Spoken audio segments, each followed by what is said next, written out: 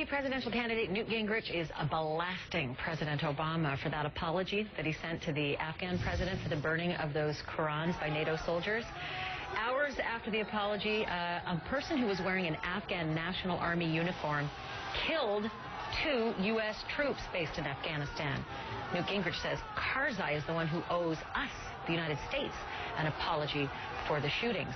Is this going to be part of the narrative as we move forward in the Republican primary race and the general election? To talk about it, Republican strategist Matt Kobiak is with us this morning. Also, Democratic strategist Marjorie Clifton is here, and political reporter from Roll Call, David Drucker. Let me start with you, Matt.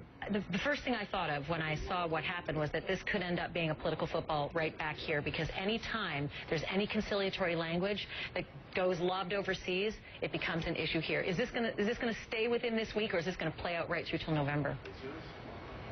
My sense is this is a one-week thing. This plays into the theme that Newt Gingrich has been putting forward throughout this campaign, that Obama goes around the world apologizing for America. This is a situation where tensions were high. You had an unfortunate incident that America's apologized for with the Quran burning. You also had these 2 American soldiers right back to back. Look, this is the kind of thing that Newt Gingrich is going to put forward if he is the nominee. I think that's an unlikely scenario. But this is the kind of thing that you do if you're talking to the base. It's not the kind of thing that you do if you're talking to independent voters. And once we have a nominee on the Republican side, you're going to have to switch your focus from talking to the base to talking to the middle. You know what? I don't know.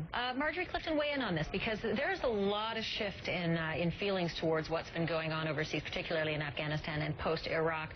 I'm wondering if more independents and even Democrats might start to agree with this, that they're tired of having to apologize for anything, especially when 2 U.S. soldiers were killed. This was not an intentional burning in any way. This was not something to try to inflame. This was an accident. It might even have been a mistaken communication. Soldiers who were just unable to actually read the language on the books that they were disposing of. Well, but I think that you've seen in both Republican and Democratic administrations apologies on behalf of bad behavior by American soldiers. Perception is everything, and that is in international and domestic politics. And in this case, it is a perception issue about the United States. And so I think that, the move was right. Who could have predicted the killing that would later happen? I think that Republicans are going to be hard-pressed to actually win on international politics in the coming debates. Given all that's happened over the past year, I think Obama's got a very strong state, especially with Hillary Clinton as Secretary of State. We've had a very strong showing. So I think this will be an issue that will pass over quickly. And again, Gingrich blowing smoke, I don't think he will be the nominee, so I think it will be a non-issue. Well, since you brought his name up again, I want to actually play that soundbite so everybody can see the tenor of how he brought this up. And David, I'm going to come to you right afterwards, but take a look at it. This is Newt Gingrich on the stump yesterday, essentially blasting President Obama for sending that apology, which was hand-delivered by our staff over there, the embassy staff, to the president of EPLO.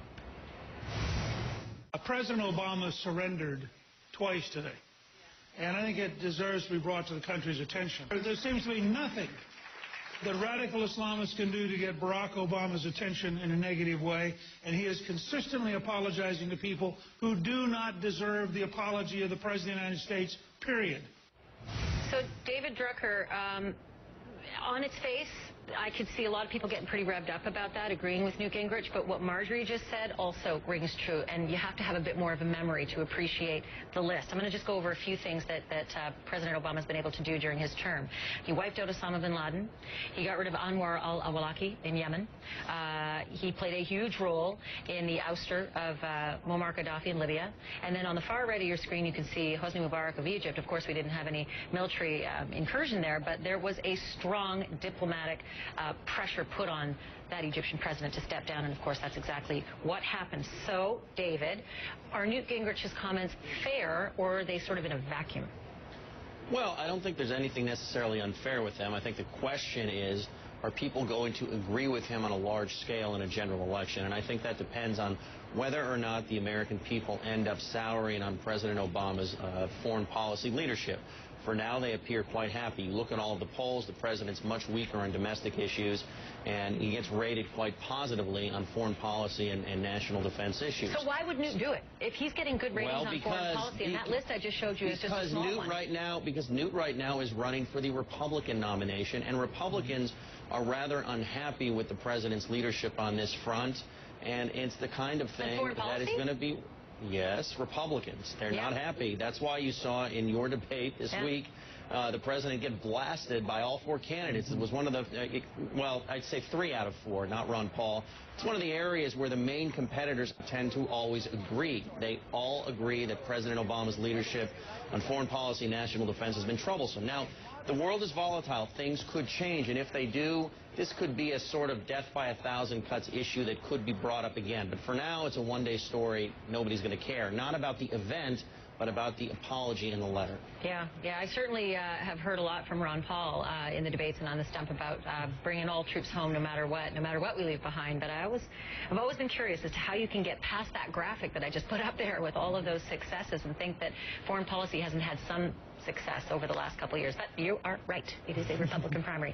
All right, Matt and Marjorie and David, stick around because we're going to talk to you in the next hour as well. And we also want to remind our viewers not to miss our special live coverage of the Michigan and Arizona primaries Tuesday, starting at 6.